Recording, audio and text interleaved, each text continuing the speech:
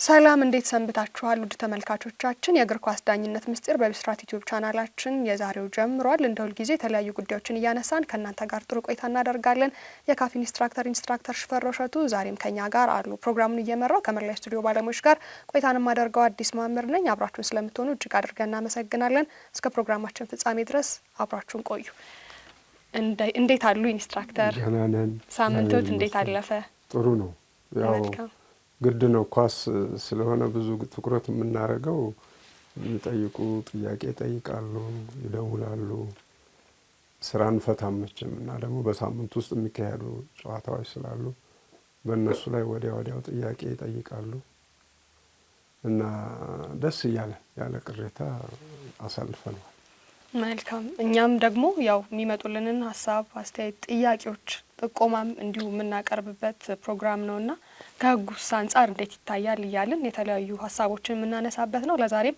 አንድ ሁለት ርዕሰ ጉዳዮችን ይዘን ወደ ተመልካቾቻችን የምንደርስ ነው የሚሆነው በመጀመሪያ የምናነሳው እንደው ከጨዋታ ውጪ ስላሉ ነገሮች ወይም ደግሞ አንድ ጨዋታ ላይ ከጨዋታ ውጪ ሆነው ስለሚፈጠሩ ጉዳዮች ጥቂት ብንል መልካም ነው እንደመነሻ እንዲሆነን አንድ ተጫዋች ከጨዋታ ውጪ ባለበት ሁኔታ ላይ ቅጣት ምት ይሰጣል ወይም ደግሞ ቅጣት ምት ተሰጥቶ ጓደኛው ያንን ቅጣት ምት ይመታል ያ የተመታች ኳስ ደግሞ ወደ ግብ ጠባቂው ትደርሳለች ታዲያ ያቺ ኳስ ወደ ግብ ጠባቂው በምትደርስበት ሁኔታ ላይ ደግሞ ከጨዋታ ውጪ ጓደኛው ከጨዋታ ውጪ ይሆናል ግን ግቧ ጸድቃለች ወይም ደግሞ ግቡ ገብቷል ይሄ ግብ ይጸድቃሉ የሚለውን ነገር ብናየው መልካም ነው ምክንያቱም በተለያዩ ጌሞች ላይ እየተመለከትነው ስለሆነ እንዴት ነው ብዙዎችን እያጨቃጨቀ ያከራከረ ስላለ ይሄ ግብ ይጸድቃል ወይስ አይጸድቅም የሚለውን ነገር ብናነሳ በጣም ጥሩ ነው አመሰግናለሁ እንግዲህ ያልሽውን ነገር እዚህም ላይ ያስኩት ነበር ስትነግሪ ቅጣት ምት 7 ቁጥር ይመታል እና እዚህ ያሉ ተጫዋቾች ያው ጓደኞቹም አሉ ቀይ ለባሾች ከዚህ ውስጥ አንዱ ጓደኛው ግን ኦፍሳይድ አቋቋም ላይ ነው ያለው ስናይ ቀርቦ ነው የሚገኘው ይሄ ኳስ ግን ሲመታ ሁሉ ይነቃነቃሉ ተጫዋቾች ይሄም ለመከላከል ይመጣል ይሄም በቴስታ ለመምታት ይመጣል አሁን ተመታ ልክ ሲመታ ይሄ እዚህ ጋር ነው ያለው ቆየና ሁሉም መሮጥ ሲጀምሩ ይሄም ወዲህ ሲመጣ እሱም መነቃነቅ ጀመረ እንዲህ ያሉ ደረሱ እዚህ ገደማ ሲደርሱ ይሄም መጥቷል ወደዚህ ኳሱ አየር ላይ ሲደርስ ልክ እዚህ ጋር መድረስ ሲጀምር ይሄም ይዘላል ወደ ግብ ጠባቂው ይሄ ኳስ ግን ገባ ከዚህ የተመታው ኳስ ገባ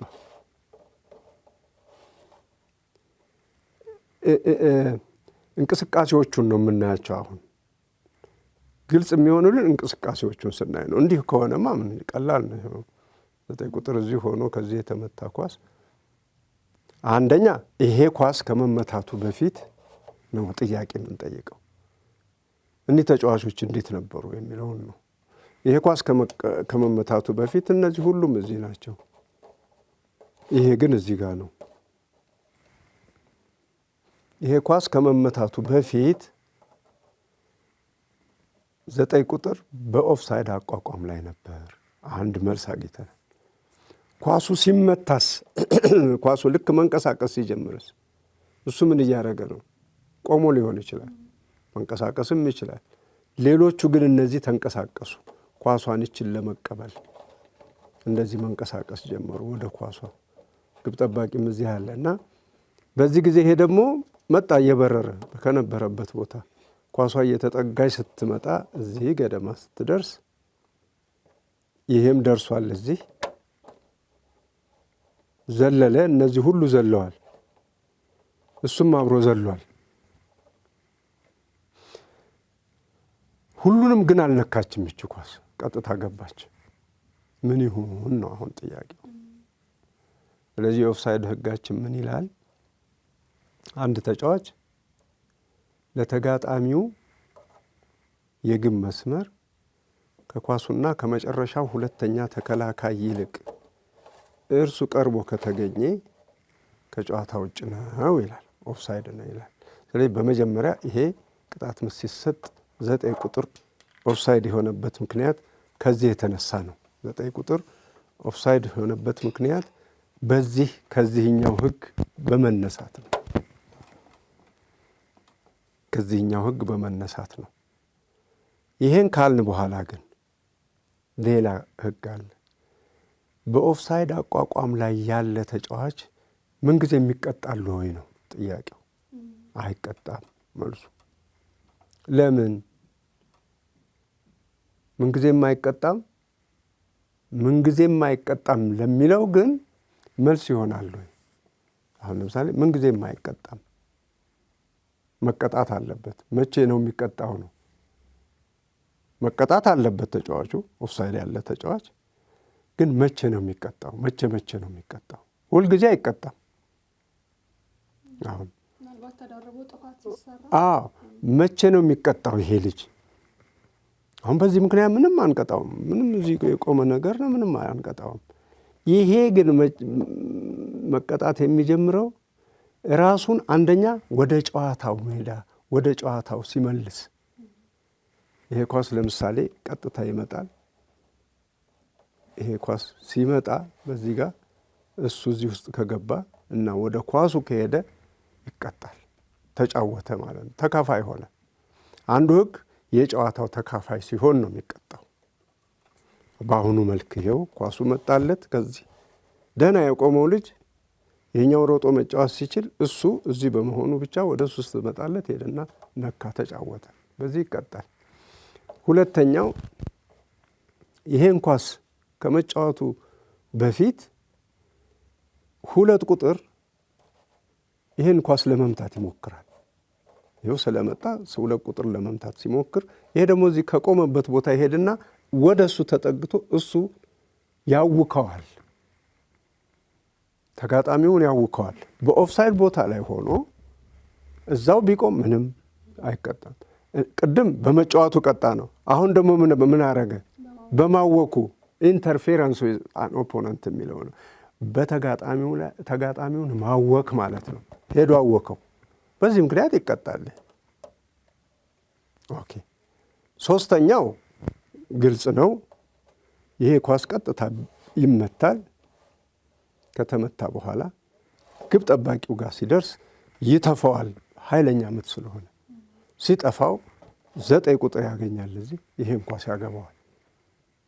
አሁንም አይቻልም። ምክንያቱም ምንድነው ይሄ የራሱ በዚህ ቦታ ላይ በመሆኑ ጌይኒንግ አን አድቫንቴጅ ያልተገባ ጥቅም አግኝቷል። እዚህ ጋር በመሆኑ ከዚህ ጋር በመሆኑ ከተጋጣሚው በሚመጣ ኦፍሳይድ የነበረ ተጫዋች ከተጋጣሚው በሚመጣ ኳስ ጊዜ እሱ እንደ ጤነኛ ሲጫወት እንደዋለ ተጫዋች እዚህ ቆሞ ይሄን ጨዋታ ኳስ ሊመታ አይችልም። በዚህ ይቀጣል። ስለዚህ 3 ናቸው መቅጫው። ያንቺ ጥያቄ የሚያተኩረው አሁን የትኛው ላይ ነው? ይሄ ኳስ ተመታ። ልክ እዚህ ግብ ጠባቂ አካባቢ ሲደርስ ሁሉም እዚህ ያሉት ቴስታ ለመምታት ይሮጣሉ። እሱም ገባና እዚህ ጋር ለመምታት በሚልበት ሰዓት እሱም አልነካትም ኳሷን። ግን የዚህ ምት ጠንካራ ስለነበረ ግብ ገባ። ይህም ግን ዘሏል። ሌሎቹ እንደዘለሉት እሱም ዘሏል። ይሄ ግብ ይጸናል ወይ ነው? አይጸናም ነው። ለምን? ቅድም ያልነው ነው። ኢንተርፌረንስ ብዬ እዚህ ጋር ጣልቃ ገብነት ብዬ ያልኩሽ ነገር ነው።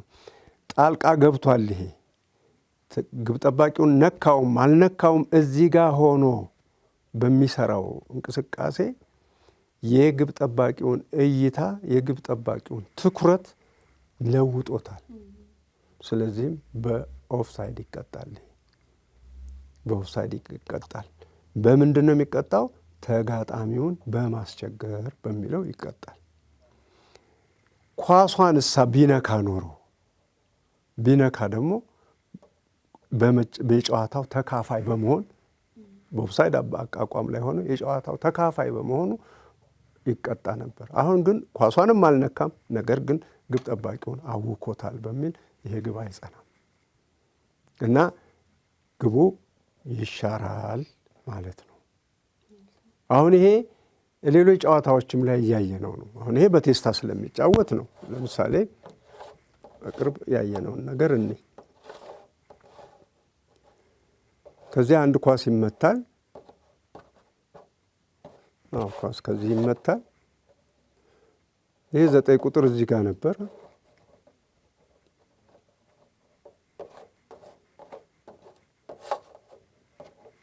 አሁን የኦፍሳይድ አቋቋም ላይ ነው። ይሄ ኳስ ሲመጣ 9 ቁጥር አሁን ባለበት ሁኔታ ይሄ ኳስ ቀጥታ ቢገባ ይፈቀዳል ወይ ነው መጀመሪያ ስናየው። አይፈቀድም። አንደኛ የግብ ጠባቂውን እይታ ሸፍኗል። እንዳውም አንዳንድ ተጫዋቾች እግራቸውንም የሚከፍቱ አሉ። እዚህ ጋር ሲደርሱ እግራቸውን ይከፍቱና ኳሷ በእግራቸው መካከል ትሾልካለች። ይህም ስህተት ነው። ተካፋይ ሆኗል። ግብ ጠባቂውን አሳስቷል። አይቻልም። አሁን ደግሞ ሌላው ነገር ልክ ይሄ 9 ቁጥር ከዚህ ሲመጣ ሲያይ ይሄ ኳስ እንደሚገባ ሲያየው ኃይለኛ ምት መሆኑን ሲያየው ራሱን ነፃ ለማድረግ ወደ መሃል ሜዳ ይሄዳል። ራሱን ነፃ ለማድረግ ተጫዋች በእንዲህ አይነት አይደለም አለ የማይቀጣበት ሁኔታ ራሱን ነፃ በማድረግ እንዴት ነው? 7 ቁጥር ኳሱን ሲመታ ይሄ 9 ቁጥር ኦፍሳይድ ነው። ኦፍሳይድ አቋቋም ላይ ነው እንዳለ ነው። ይሄን ይዞት ይመጣል ኳሱን።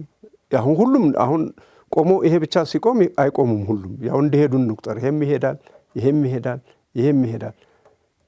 ግን የ7 ቁጥርን እንቅስቃሴ ሲያይ 9 ቁጥር ምን አረገ? እዚህ ጋር እንዳለ ወደ መሃል ተመለሰ። በዚህ ነው ነፃ የሚያደርገው ራሱን። አሁን ወደ መሃል ተመልሷል። ወደ መሃል ተመልሶ ግን የጨዋታው ተካፋይም አልሆነም፣ ተጋጣሚንም አላስቸገረም። ነፃ ሰው ነው። ከዛስ ይሄ ኳስ አለፈው፣ እሱን አለፈው። ኳሱ ከየት መጣ ማለት ነው? አሁን ከፊቱ ሆነለት። በእንዲህ አይነት ሁኔታ ላይ ኳሱ ከፊቱ ነው፣ የሚያስጠይቀው ነገር የለም። ነገር ግን ይሄ ተጫዋች ኳሷ እንዲህ መሆኗን ሲያቅ ቅድም አወጣጡ ልክ እንደዚህ የነበረውን አወጣጡን ይቀይርና ተመልሶ ወደዚህ የሚመጣ ከሆነ ጥያቄው ይሄ ኳስ ከዚህ ከመነሳቱ በፊት እሱ የት ነበር የሚለውን ጥያቄ ሲጠየቅ እሱ ኦፍሳይድ ነበር የሚለው መልስ ነው የሚገኘው። ስለዚህ ኦፍሳይድ ነው የሚሆነው። ዘ ሴም ቲንግ ይሄ 9 ቁጥር እዚህ ጋር ቆሞ ኳስ ከዚህ ጋር ሲነሳ ኳስ ኦፍሳይድ ነው። 9 ቁጥር በኦፍሳይድ አቋቋም ላይ ነው። ይሄ ኳስ ግን በአየር ላይ መጣና እዚህ ግብ ጠባቂው ጋር ሲደርስ ምን አረገ? 9 ቁጥር መውጣት ጀመረ። በመውጣቱ ሊድን ይችል ይሆናል። እዚህ 12 ቁጥር ስላለ ወደዚህ ሊመጣ ይችላል። ግን ይሄ ኳስ ከመመታቱ በፊት 9 ቁጥር እዚህ ነበር እንዴ? እዚህ ነው የነበረው። በምን ይድናል? አይድንም። ኦልሬዲ ግብ ጠባቂውን እያሳሳተው ነው ተብሎ ተገምቷል። ይሄ ኳስ እንዲህ ሲመጣ እሱ ሮጦ ቢወጣም አጎንብሶም ቢወጣም ምንም ቢወጣ አይድንም። ምክንያቱም ኦልሬዲ ተቃጥሏል እዚህ ጋር እና በዚህ ምክንያት ግቦች ቢገቡ ግቦቹ ይሻራሉ እና በኦፍሳይድ ቅጣት ነው የሚጀመረው ጨዋታ። ኢንስትራክተር እንግዲህ በደንብ አድርገው ግልጽ አድርገው አስረድተዋል ብዬ አስባለሁ። ምክንያቱም ብዙ ጊዜ ጥያቄ የሚነሳበት ጉዳይ ስለሆነ የተለያዩ አከራካሪ ነገሮች ግብ ከጸደቀ በኋላ እንደው በእለቱ የነበረው ዳኛ እንኳን በጣም ግልጽ ስላልሆነለው ወይም ደግሞ እዛ ጋር የሚነሳ ጥያቄ ስላለ በቫር ታግዞ ነው ውሳኔዎች ላይ ሲደርስ የምንመለከተው ከቅርብ ጊዜ ወዲህና በአንዳንድ ጨዋታዎች ላይ ነገር እየተለመደ መጥቷል። በቫር ታግዞ መልሶ ይወስናል እንጂ እዛው ላይ አሁን እርስዎ ባስረዱበት መንገድ ነው ይሄ ከጨዋታ ውጭ ነው ሙሉ ለሙሉ መጽደቅም የለበትም ብሎ በራሱ ብቻ እየወሰነ አይደለም። ሌላ አጋዥ ኃይል ያስፈልገው ነውና ይሄ እንዲህ አይነት ነገር ደግሞ ሲፈጠር ወይም ደግሞ ይሄ ነገር ሲሆን ተመልካቾችም ደጋፊዎችም እንዲሁ የራሳቸውን አተያይ ይኖራቸዋልና ለምን ተሻረ ልክ እኮ ነበር እስከ ማለት ይደርሳሉ። ስለዚህ ይሄ ግልጽ ሆኖላችኋል ብለን ተስፋ እናደርጋለን። ለዛሬ ወደ ያዝነው ሌላኛው ሀሳብ እንምጣና ደጋፊ ወይም ተመልካችና ኳስ ተጫዋችን እናንሳ። በአንድ ጨዋታ ላይ ስለሚፈጠር ሁነት ማለት ነው። ምናልባት ተጫዋች ኳስ ይዟል። እንደው ለምሳሌ የመልስ ውርወራ በሚመታበት ቦታ ላይ ነው እንበልና እዛ ጋር ኳስ ይዟል። ነገር ግን ተመልካች ጋር አቅራቢያው ያለ ተመልካች ላይ ያልተገባ ድርጊት ይፈጽማል። ያልተገባ ድርጊት ምናልባት ምራቅ መጥፋት ሊሆን ይችላል። በዚህ መሀል የሚፈጠረው ነገር ምንድነው የሚሆነው? ተጫዋቹ ያንን ድርጊት ሲፈጽም የዳኛ ውሳኔ ምን ይሆናል? ምክንያቱም ሜዳ ውስጥ ካለ አካል ወይም ደግሞ ከተቃራኒ ቡድን ጋር አይደለም ይሄ ነገር የሆነው፣ ከተመልካች ጋር አቅራቢያው ላይ ካለ ተመልካች ጋር ነው ይሄ ነገር የተፈጠረውና ምን የሚፈጠር ይሆናል? ይሄን ጉዳይ ብናነሳ። ኦኬ እንግዲህ ይሄ አዳዲስ ህጎችም ጋር አብረን ነው የምናየው። በቅርብ ጊዜ ከወጡት ጋር 11 ቁጥርን እናያለን። በዚህ በኩል ነው ያለው ኳስ። ይሄው 7 ቁጥር ይዟል። ጨዋታ ውስጥ ነው ኳስ በቃ ይዟል መንሸራሸር። እዚህ ጋር ግን ያለው 11 ቁጥር ተመልካቾች እዚህ ቅርብ፣ አንዳንድ ጊዜ እንደዚህ የሰለጠነ ስታዲየም በሌለበት አካባቢ ተጫዋቾች ተመልካቾች እዚህ ገደማ አሉ። ወይም ጉዳዩን የሚያስፈጽሙ እንደ ካሜራማን እንደ የዛ ዳኛው ፈቅዶላቸው ወደ ሜዳ የገቡ አሉ። አንዳንድ ስራዎችን እንትን የሚሉ እንደነዛም ሊሆን ይችላል። ዞሮ ዞሮ በጨዋታው እንትን ውስጥ የሌሉ ተካፋይ ያልሆኑ ወይም በሊስት ውስጥ የሌሉ ሊሆኑ ይችላሉ። እዚህ ውስጥ ከነሱ ውስጥ አንዱ ተናግሮታል። ራሱን እንዳይቆጣጠር በሚያደርገውም ራሱን እንዳይቆጣጠር ባደረገው አይነት ሁኔታ ከዚህ የተወረወረ ቃል ገጥሞታል ይሄ 11 ቁጥር። ስለዚህ ያለው ምርጫ ምንድነው? እዚሁ ላይ እንዳለ ምራቁን ሊተፋበት ይችላል። ወደ መስመሩም ጠጋ ያለ ከሆነ ደግሞ በጎፍስም ሊመታው ይችል ይሆናል። አንድ ነገር እናስብ። ኳስ ጨዋታ ውስጥ ነው። ዋናው ነገር ጨዋታው እየተካሄደ ነው። ተጫዋቹ ደግሞ የት ነው? ሜዳ ውስጥ ነው። በእንዲህ ያለ ጊዜና ተናዶ ከዚህ ይወጣል። ይሄን ለመምታት ተናዶ ወደ ውጭ ይመጣል እና በዚህ ጊዜ ይሄ የውጭ ተመልካች ያልተመዘገበ ማለት ነው ከሱ ጋራ ሊደባደብ ይችላል። ብቻ የሆነውን ነገር ሊያደርገው ይችላል። ሁለቱ የተለያዩ ናቸው። ጨዋታ ሜዳ ውስጥ ሆኖና ከጨዋታ ሜዳ ውጭ። አሁን ከጨዋታ ሜዳ ውጭ ሄዶ ጥፋት በመፈጸሙ ዳኛው ስለ ጨዋታው መፈጸም ጉዳይ ሳይሆን ልጁ የጨዋታውን ሜዳ ሳያስፈቅድ በመውጣቱ ምክንያት በሁለተኛ ቅጣት ምት ይቀጠዋል። በሁለተኛ ቅጣት ምት ጨዋታው ይቆማል። ረብሻም ምንም ስላለ ጨዋታው ቆሟል። እንዴት ይጀመር ብለን ስንል ይሄ ከጨዋታ ሜዳ ውጭ ወጥቶ ሳያስፈቅድ ጥፋት ፈጽሟል። ጥፋቱ ዞሮ ዞሮ ከሜዳም የሚያስወጣ ሊሆን ይችላል። ሌላም ይሆናል። እሱን እንዳለ እንተውና አሁን ስለ ጨዋታችን አመራር እንዴት እናካሄደው ስንል ይሄ ልጅ ወጥቷል። ሳያስፈቅድ ነው የወጣው። ተመልሶ ወደ ጨዋታው ሜዳ ይገባል። በዚህ ጊዜ ዳኛው ጨዋታውን ያቆምና ይህንን ልጅ ቢጫ ካርድ ይሰጠውና ምንድን ነው የሚሆነው? አሁን በሁለተኛ ቅጣት ምት ይቀጠዋል። በሁለተኛ ቅጣት ምት ጨዋታውን ወደ ጨዋታ ሜዳ ኳሱን ወደ ጨዋታ ሜዳ ለመመለስ በዚሁ በጎን መስመር በወጣበት መስመሩ ላይ ተደርጎ በሁለተኛ ቅጣት ምት ይቀጣል። ነገር ግን ይሄ ተጫዋች እዚህ ጋር ሆኖ በቦክስ ከመታው ይሄንን ሰውዬ በቦክስ መታው፣ ጨዋታው ቆሟል። ምን ይሁን ነው አሁን? ምን ይሁን ሲባል ይሄ 11 ቁጥር ከዚህ ጀምሮ እየተሳሳበ አውጥቶታል ወደ ውጭ። ያም ጎትቶታል። ምንም አማራጭ የለውም። እሱም ይወጣል። ድብድቡ የት ሆነ ማለት ነው? ውጭ ሆነ። ኳስ እዚህ ውስጥ ሆኖ ማለት ነው። አሁን ሌላ አማራጭ የለም። ተገዶ ሊሆን ይችላል ሊወጣው ተጎትቶ፣ ያም ይገባና ይጎትተዋል። በእንዲህ ጊዜ ኳስ በማሻማት ነው እንደገና የሚጀመረው። ኳሷ እግሩ ላይ በነበረችው ተጫዋች ለሷ ኳሱን በመጣል ነው የሚጀምረው። ለምን? ተያይዘው የወጡበት ጉዳይ ነው።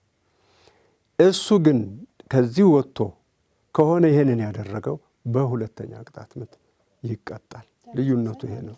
አዎ እሱ ከሆነ ያደረገው ወጥቶ በሁለተኛ ቅጣት ምት በሰውየው ምክንያት ተያይዘው ተጎትተው ከሆነ ያደረጉት በማሻማት ምክንያቱም ይሄ ሰውዬ ተመዝግቦ የተያዘ አይደለም። ለምሳሌ ተመዝግበው ከተያዙት ወይ አሰልጣኝ ወይ ወጌሻ ወይ ተጠባባቂ ተጫዋች ምናምን ቢሆን ኖሮ ነገሮቹ ይለወጣሉ። የተመዘገቡ ናቸው። አንደኛ ቅጣት ምት ነው የሚያስቀጡት። ካርዱም ከፍ ይላል። ምክንያቱም ያው አባል ናቸው። ሜዳው ውስጥ ባይገቡ አይግቡ እንጂ እዛ ውስጥ ናቸው ያሉት። እዚህ ውስጥ የሚፈጸሙ የዲሲፕሊን ጉድለቶች፣ የዲሲፕሊን ቅጣቶች ለነዚህም እዚህ ላሉት ይሰራል እና ስለዚህ በነዛ ምክንያት ነበር የሚቀጡት ማለት ነው። ስለዚህ ፔናልቲ ሁሉም ያሰጥበታል። አንደኛ ቅጣት ምት ይሰጣል ብዬ ስል ይሄ ድርጊት እዚህ ገደማ ላይ ከሆነ የተፈጸመው ይሄ መስመር በተለይ ይሄ ፍጹም ቅጣት ክልል መስመር ይሄም መስመር ስለሆነ መስመሩ ላይ የተደረገ ውስጥ እንደተደረገ ይቆጠራል በሚለው ሕግ መሰረት ይሄ ልጅ እዚህ ጋር ቢሆን ይሄንን ሰውዬ የተፋምና የመታበት አንድ ሰውዬ የተመዘገበ ነው፣ አባል ነው እዚህ ውስጥ እነሱን በመማታቱ ፔናልቲ ነው። ልክ ተጋጣሚ ተጫዋችን እንደመታ ማለት በቃ ልክ እዚህ ውስጥ እንደመታው ተደርጎ ነው። እዚህ ውጭ ከሆነ ግን አንደኛ ቅጣት ምት ነው። ለምን? ከዚህ ከፍጹም ቅጣት ክልል ውጭ ስለሆነ እና ስለዚህ የዚህ አይነት እንትኖች ይኖራሉ። አንዳንድ ጊዜ እንዲህ ቢሆን እንዲያ ቢሆን ደግሞ ይደረጋሉ።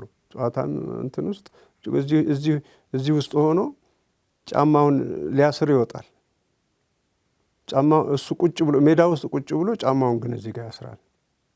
ኳስ እየተንቀሳቀሰ ይመጣል። ይሄ ተጫዋች ወጥቷል ከሜዳ ወይስ አልወጣም ነው ጥያቄው። እንዳልወጣ ከተቆጠረ ጫማውን አስራለሁ ብሎ እዚህ የነበረን ሰው በእግሩ ቢመታና ቢጠልፈው ይቀጣል። በአንደኛ ቅጣት ምት ነው። ይሄ ድርጊት እዚህ ከተፈጸመ ፔናልቲ ነው። እኔ ይሄንን ነገር ቀስ ብሎ ተረጋግቶ ነው እንግዲህ ዳኞችም መምከርም ማየትም ተጫዋቾችም እኔ ይሄን ሁሉ አሰልጣኞች ትምህርት ይሰጣሉ ወይ? አሰልጣኞች ለራሳቸው ይሄን ሁሉ ያውቃሉ ወይ? ሰው እኮ ያወቀውን ነው የምናገረው። ያላወቀውን እናገራለሁ ካለ ማደናገር ነው የሚሆነው። ምናልባት ሰውየውን ሊያከብሩት ያውቃል ብለው ይገምቱት ይሆናል። ግን ተሳሳች መንገድ ከሆነ የሚነግረው አስቸጋሪ። መቼም ኮች ነው ተብሎ ሲመጣ አንድ ሰው አሰልጣኝ ነው ሲባል ያውቃል ተብሎ ነው። ያውቃል ሲባል የጨዋታውን ሕግም ያውቃል፣ ሁሉንም ነገር በሕግ ነው የሚያሰለጥነው ተብሎ ነው። ሕግማ ያውቅ ከሆነ ግን ምን ይሆናል ማለት ነው? የሚያሰለጥናቸው ስልጠናዎች ሁሉ በሕግ ላይ የተመረኮዙ ስላልሆነ የእሱንም ድካም በ10 ደቂቃ ውስጥ ያበላሽበታል። ይሄን አታርግ፣ ይሄን ካረግ ቀይ ካርድ ይሰጥብሃል ካለው ይሄንን ሊጠነቀቅ ሲገባ ያወቀው ተጫዋች ካጠፋ ግድ የለም አውቆታል። ያላወቀ ከሆነ እኔ እንዲህ የሚያስቀጣቱን አላቅም ቢል በ10 ደቂቃ ውስጥ ከሜዳ ይወጣል ያ ተጫዋች። ማን አተረፈ? መክሰር ነው። ስለዚህ ቲሙም በሚሊዮን ነው የሚንቀሳቀሰው ዛሬ ክለቦች እንቅስቃሴ ውጤቱንም ያጣል፣ ዝቅተኛ ሁኔታ ይመጣል። በተመልካቹ በደጋፊዎቹም በኩል ደግሞ ብስጭትን ያስከትላል። ስለዚህ የጨዋታውን ሕግ ሁልጊዜ አብሮ መቼም እንጀራ ያቀረበለት ሰው እንደ ሀገራችን ምግብ መባያ መቅረብ አለበት።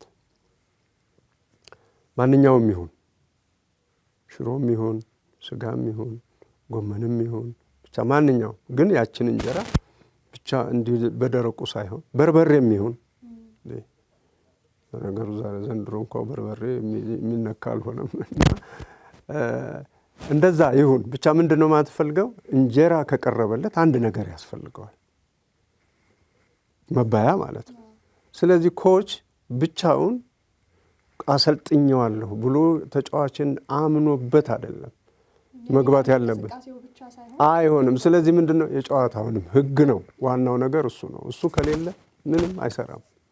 ስለዚህ አሁን ይሄ ልጅ ይሄን ኳስ አገባ ቢያቅ ኖሮ ገና ከመመታቱ በፊት ይሄ ኳስ ሊመታ ይችላል ብሎ እኛ እንኳ ቁጭ ብለን እኛስ እሺ ኳሱም ውስጥ ነን ብለን እንገምት። ሁላችሁም እዚህ የቴክኒክ ባለሙያዎቻችንም ቢሆኑ ጭምር የኳስ ሰዎች በማየትም የለመድነን እንበል። ማንኛውም ሰው ቢሆን ግን ይሄንን ኳስ ይሄ እየገፋ ሲመጣ ኳስ እንዲሆኑ ሲያው ይሄ እንደሚመታ ነው መቼም ቀጥታ የምናስበው። ይሄ 9 ቁጥር ይሄን ለምን አያስብም? ስለዚህ ወይ ባለመነቃነቅ ነው። እኔ ጨዋታ ተካፋይ አይደለሁም ብሎ ዝም ብሎ ከቆመ ምንም አይሆንም። ያ አቋቋሙ ግን ተንኮል ያለበት የዚህን እይታ የሚዘጋ ሆኖ እንዲህ ከቆመ ግን ይቀጣል። ከተንኮል ውጭ በሆነ ሁኔታ ግን ራሱን አቁሞ ይሄ ኳስ እንዲህ ቢመጣና ቢገባ ይሄ እዚህ በመሆኑ አይቀጣም፣ በኦፍሳይድ አይቀጣም። ይሄ ምን አረገ? ይሄ እንኳን ከዚህ እስከዚህ እኮ 5 ከ50 ነው። እዚህ 1 ሜትር ጨምሪበት፣ እዚህ ድረስ 11 ሜትር ነው። ይሄ ኳስ ከዚህ ነው የተመታው። ይሄ እዚህ ጋር በኦፍሳይድ ቆሟል። ይሄ ኳስ ቀጥታ መጣ፣ በዚህ ገባ። ምን አርግ እንለዋለን? 9 ቁጥሩ 11 ሜትር ርቀት ላይ ነው ያለው።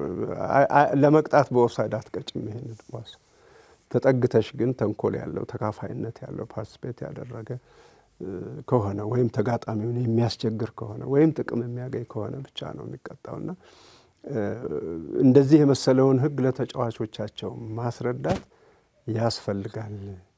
እና በላሁ ለማለት አንድ ሰው እንጀራም ወጥም ምንም አድርጎ አቅሙ የፈቀደውን ሲበላ ነው። እንጀራ ብቻ ብታቀርቢ ሊበላ ይችል ይሆናል፣ ግን